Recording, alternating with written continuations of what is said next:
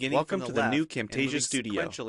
We encourage you to watch and play with this Getting Started project video to learn some of the most important concepts of using the editor. If you want more in-depth tutorials that will walk you through the entire process of recording, editing, and sharing your videos, then please watch the Getting Started tutorials using this link under the Help menu.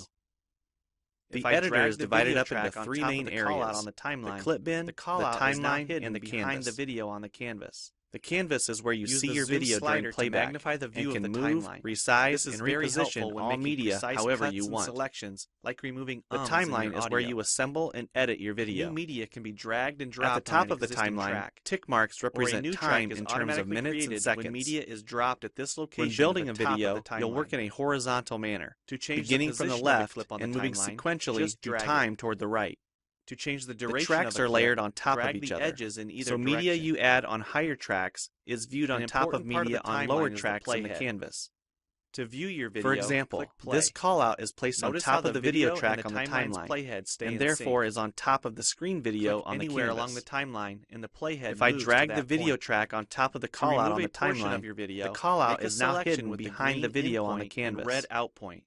Use the zoom slider to magnify the view of the timeline.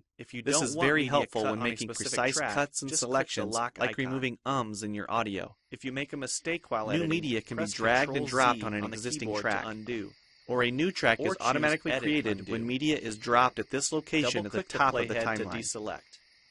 To change the position of the clip on the timeline, just drag it. The clip bin to change the duration of a clip, drag the edges in either direction. Being used in the project you're currently working on. An important part of the timeline is the playhead. Stores video clips. To view your video, click play. Notice how the video and the timeline's playhead stay in sync. Click anywhere along the timeline and the playhead moves to that point. To remove a portion of your video, make a selection with the green in point and red out point. Then click the cut button. If you don't want media cut on a specific track, just click the lock icon. Like this callout, for example. If you make a mistake while editing, press Ctrl-Z on the keyboard to undo. Or choose Edit Undo. Double-click the playhead to deselect.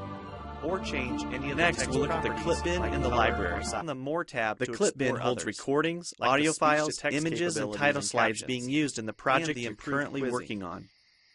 Also, the library stores video clips, intros, callouts, title slides, and other media assets you want to use from project to project. So we've shown a few ways you can navigate and edit your video. It is pre-populated with professional content you can use in your videos.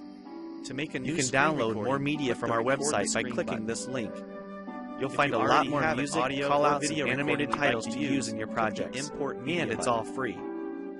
Once you find something you like this callout for example, just drag it to a track on the timeline and resize and reposition it as needed. A variety of presets. We have double-click the callout on the canvas to open the callouts tab and edit the text, or change any of the text properties like color or size, quizzes, and even hotspots.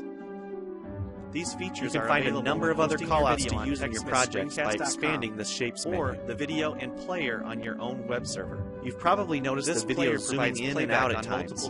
For example, here when it's zooming into the timeline. It's a phone, tablet. To learn more about adding and customizing zoom and pan animations to your video, check out the other Getting Started tutorials on our website. Or better yet, we've talked about some of the tabs already, but be sure to explore the others for adding and editing special effects.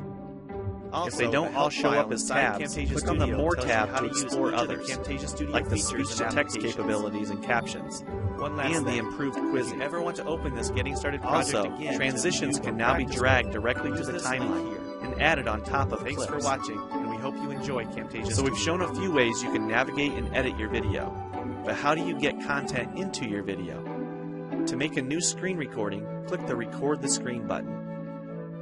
If you already have an audio or video recording you'd like to use, click the Import Media button. When you're done with your video project, you'll need to click the Produce and Share button to create a shareable video. Expand this menu to see a variety of presets.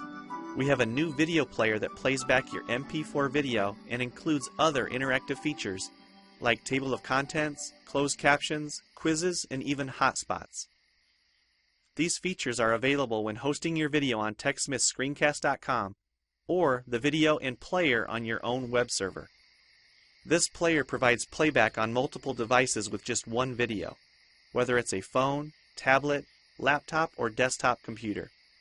Well, it's time for you to try Camtasia Studio for yourself, using the content on the timeline, or better yet, create your own. We have lots of free tutorials on our website, and I recommend you begin with the Getting Started series.